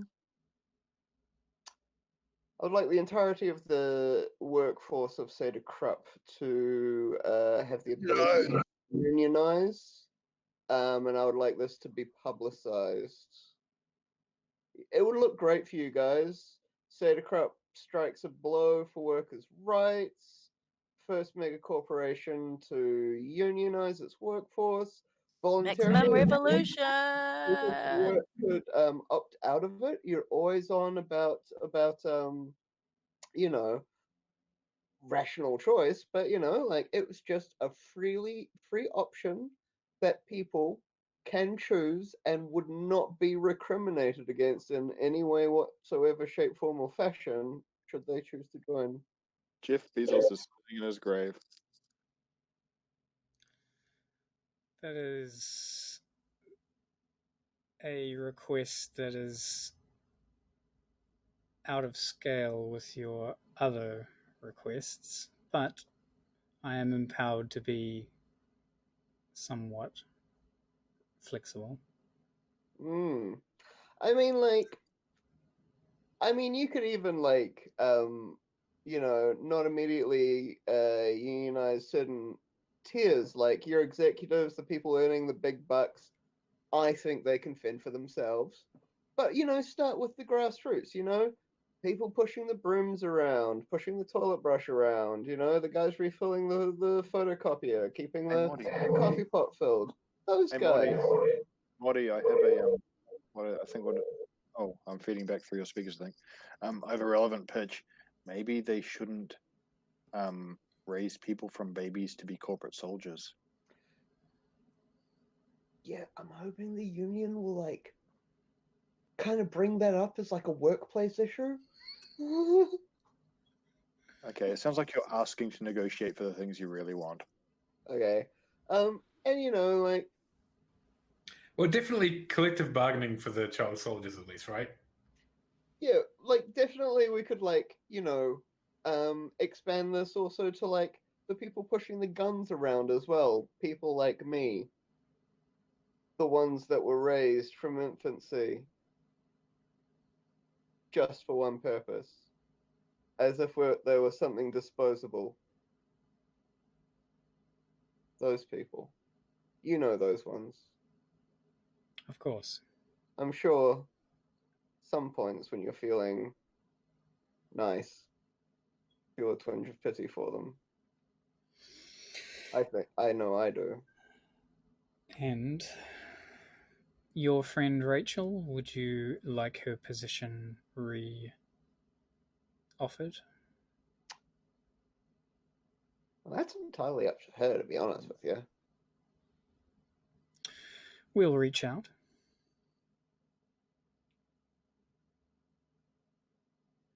Aaron, you on board? Gets you what you want. If you're getting what you want. I'm going to go do the one thing I do really well against the one thing it's really important to do that against. I feel like I was made for this. Oh, you fucking sly dog! You fucking cheeky devil! So the plan all along.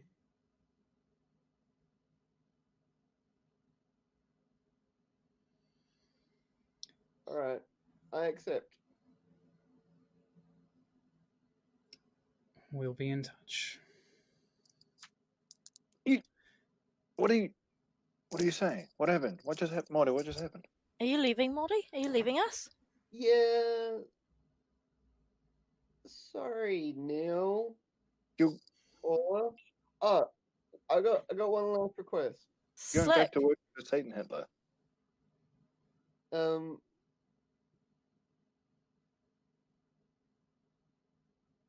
If my friend Bitsy wants to come with me, can she come?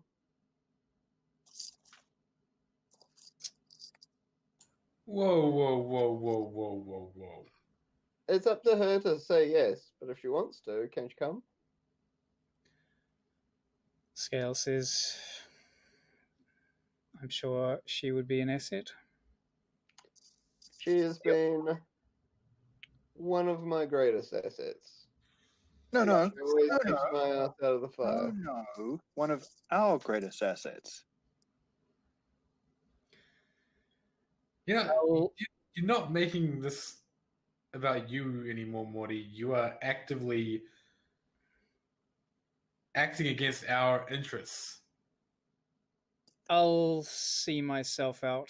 Clearly, there are a few matters for you to discuss. Wow. If you'd like to tell Mr. Reddick as well that he has no fear of his building being purchased, good night. That's good. He'll be relieved. He loves this building. Christ. Good night. Right. So he heads away. Dick. I think that's my boss now, guys. Your boss is a dick. He always was. How is Slick feeling about all of this? I mean, he's losing his mentor. Well, his chair hasn't broken, but he's still being entertained, right? What does this all mean, Morty? Like, what's going to happen now? I mean, you're going to work with us, right? Like, that's just either you're just you're kind of pulling his leg, or like you're just gonna say, "Cool, yeah, that's my job" or whatever, but I'm actually just gonna keep doing what I've been doing, right? Like this is the thing that you do. Yeah, it's some sort of play from the inside to tear it all down. Right, Morty? Right? No, it's not. I'm doing this, guys. Like, in the back of my mind, I always thought once I sorted the real world out, I'd go straight back into the astral and go fight some beasties. Yeah, like we've The seen the absolute, insects. They won't stop happening. the absolute last person I thought would And ever step out. I gotta be honest with you. When I think about it, I kind of feel like they're running from something, and that frightens me more. Also, Neel totally just lit up an Ultra J inside. So yeah, Bitsy very quickly plugs back in, and you see the smoke alarms deactivate. So Slick's like, you said selling out. Like that doesn't. That's not what selling out looks like, is it? Like, I mean, he's talking about, I don't know, fighting demons or whatever. Like, I mean, Morty wouldn't sell out anyway. So Yeah, that's I what think I I thought. might have sold out a little bit. A little bit. oh, I mean, guys, sorry, what do you want from me? Like, I I've wanna told keep- you how the world should be. It is obvious. It's writ large. When you see people eating food out of the rubbish bin, and when you see, like, you just take the slightest stroll through the barrens, you know it shouldn't be this way. I mean, if me going and fighting the existential fight rather than the idealistic fight is selling out, then yeah, I guess I am selling out. I guess it just hurts most that you don't trust us to fight it with you. And the Oscar If you goes wanna- to... If you want to come, you come.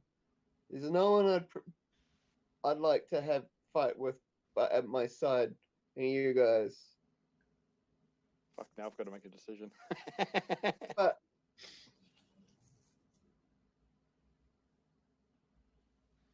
Morty, is this is is this gonna is this gonna make you happy? as long as I know the people I care about are all right, then yeah, I'll be happy as Larry. No, doing the job. Yep. Just as long as I know the people I care about are protected, I'm gonna be happy. And if I'm the one protecting them, so much the better. At least I know I get it done right. I need to fucking think about this, man. Oh, what's there to think about? I'm doing it. This is some bullshit. No, if your offer's genuine, then I've got decisions to make too. Wait, I mean, Neel. it's genuine as fuck. Come on, Neel, be rational. Morty's out Everything changed since. he thinks he can trust Saeder-Krupp to have his interests at heart. I know. Everything changed since fucking Jonesy, dude. I know what Saeder-Krupp is. I know what Luftware is. And when I say Satan Hitler, it's only because I can't think of anything that probably approaches what that monster really is. But I've seen the bugs. Hades, Julius Caesar. Yeah, Julius Caesar got killed by like knives though. What a noob. Oh.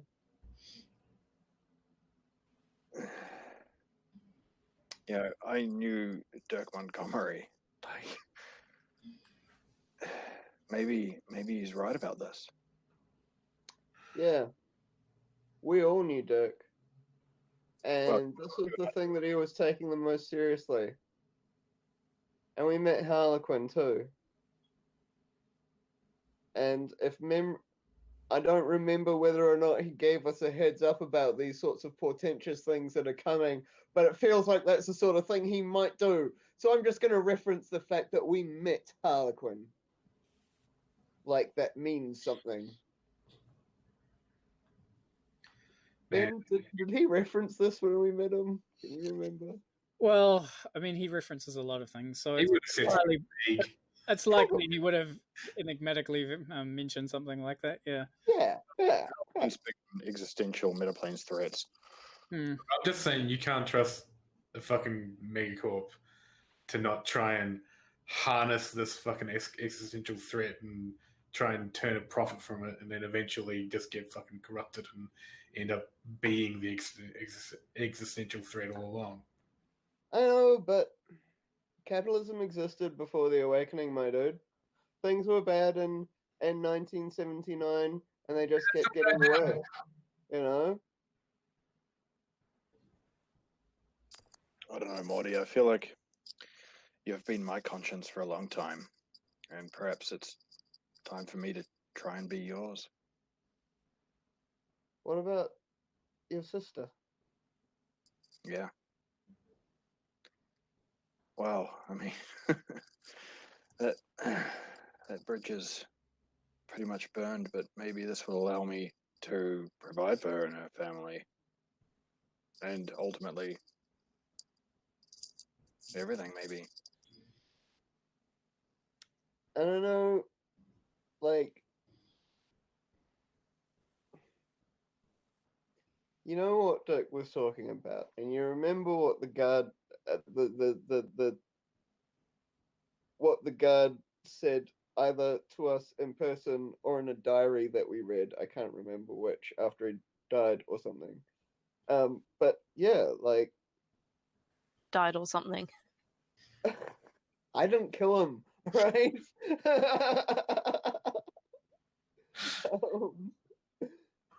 But like, what we saw was like just a peak, and even then, like, you know, like, we'd shoot them, they'd keep coming. We'd hit them, they'd keep coming. We'd rip them apart, and the halves would try to keep coming. If that's, I mean, you've seen what a group of ants will do to a corpse. Imagine that to the whole world.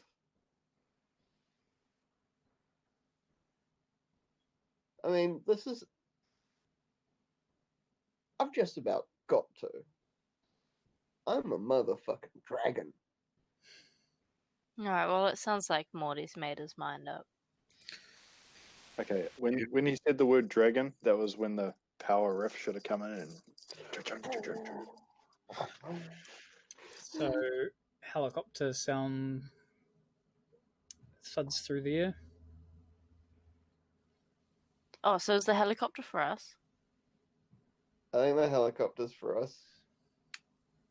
I mean, It's a SK1, not the one that you were expecting previously. I got break some more office chairs.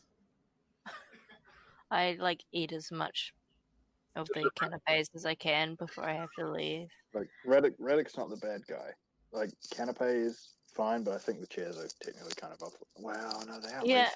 They're I mean, racist he's not. chairs, aren't they? I don't think he's doing it in malice. He's just having fun. look, guys, I'm gonna be straight. I got Steam. I don't think I'm gonna need money where I'm going. So I've got 23k on me. Dibs. There you go. And just split my share up between you, alright? Fuck's sake. Okay. And I run to Morty and I give him a big hug. I give her a hug back. Oh, a Shadowrunner's hug. Shadowrunner's hug. Okay, so out of character here,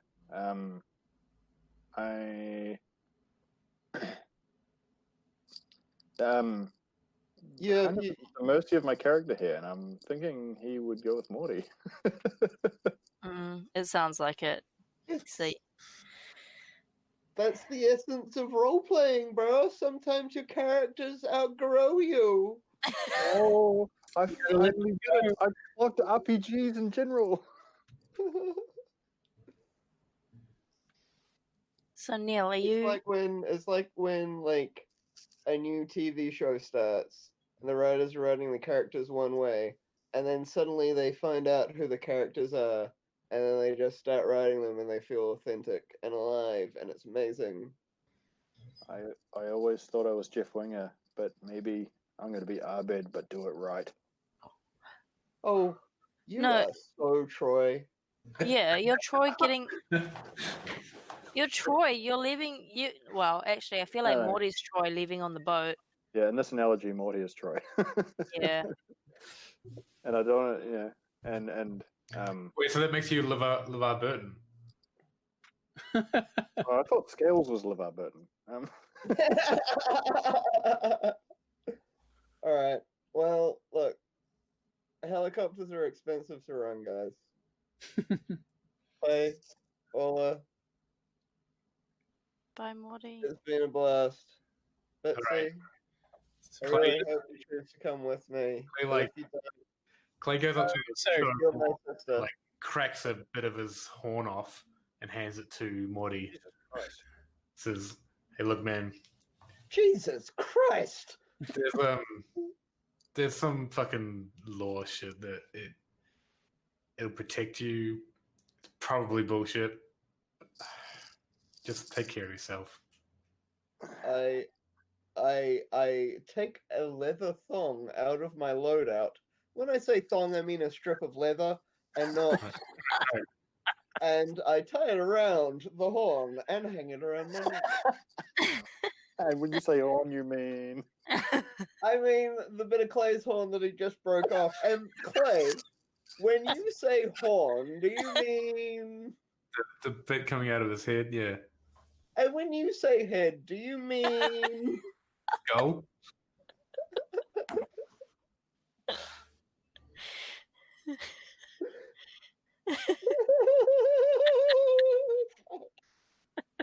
Alright, focus. It's nearly 9 o'clock, people.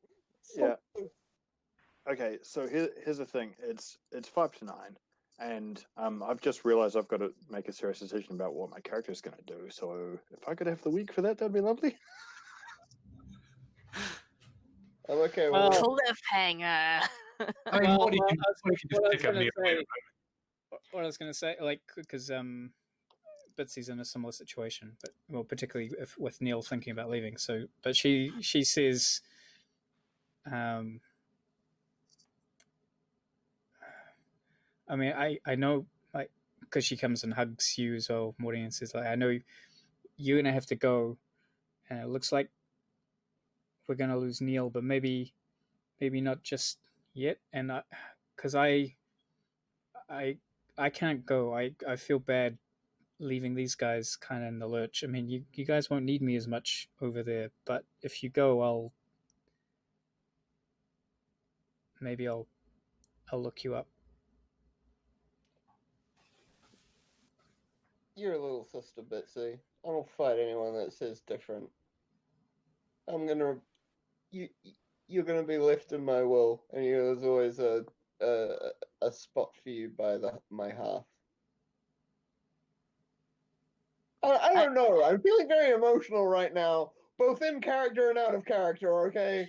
I'm imagining the end scene of this session being like Morty with one step in the helicopter and then one arm out towards Neil and being like, "Are you coming or not?"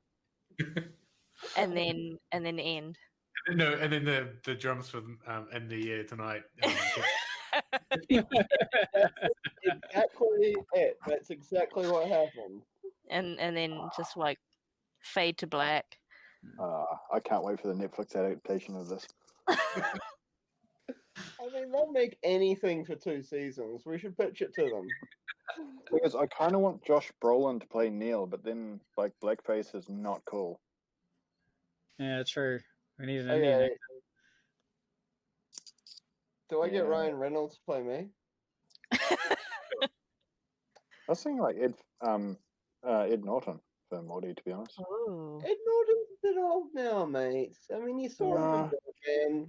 Okay, sorry, young Ed not. Thank you. I feel like he could just get some makeup on and it'd be fine. Yeah, you can do young face now. Like that's apparently in PC. That's fine. No one cares about old people. I mean, they did Old Face and Benjamin Button. Yeah. Evidently, Edward Norton is really difficult to work with, which makes sense. Really? So am I. Ah, that sucks. I like Ed Norton. Yeah, me too. All right then. Why is the thing I'm thinking hardest about now is who we cast as Neel? Idris Elba. Samuel L. Jackson. Terry Crews. The Rock. Absolutely not. The guy from It's too Red charismatic. Dwarf. What's his name? Oh, Lifter. yeah. Yes, he's too old now as well. But Craig Charles. young him. He'd be great. And if Neel has dreads in the adaptation, then so be it. Yeah. I always kind of imagine Neel with dreads.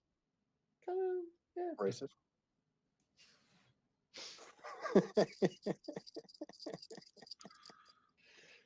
You're the one that willingly adopted the chauffeur position, Mr. Driver, Miss Daisy. Oh no, you didn't. Now it all comes out, you know. Now that Morty's gone. So, Morty's gone.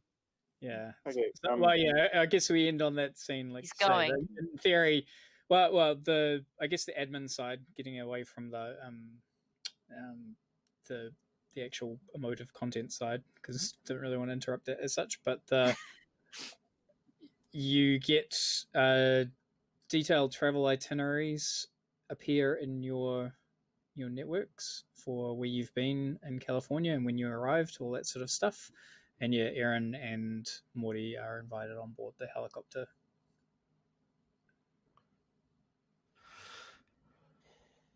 And that's where we'll be when we resume next time.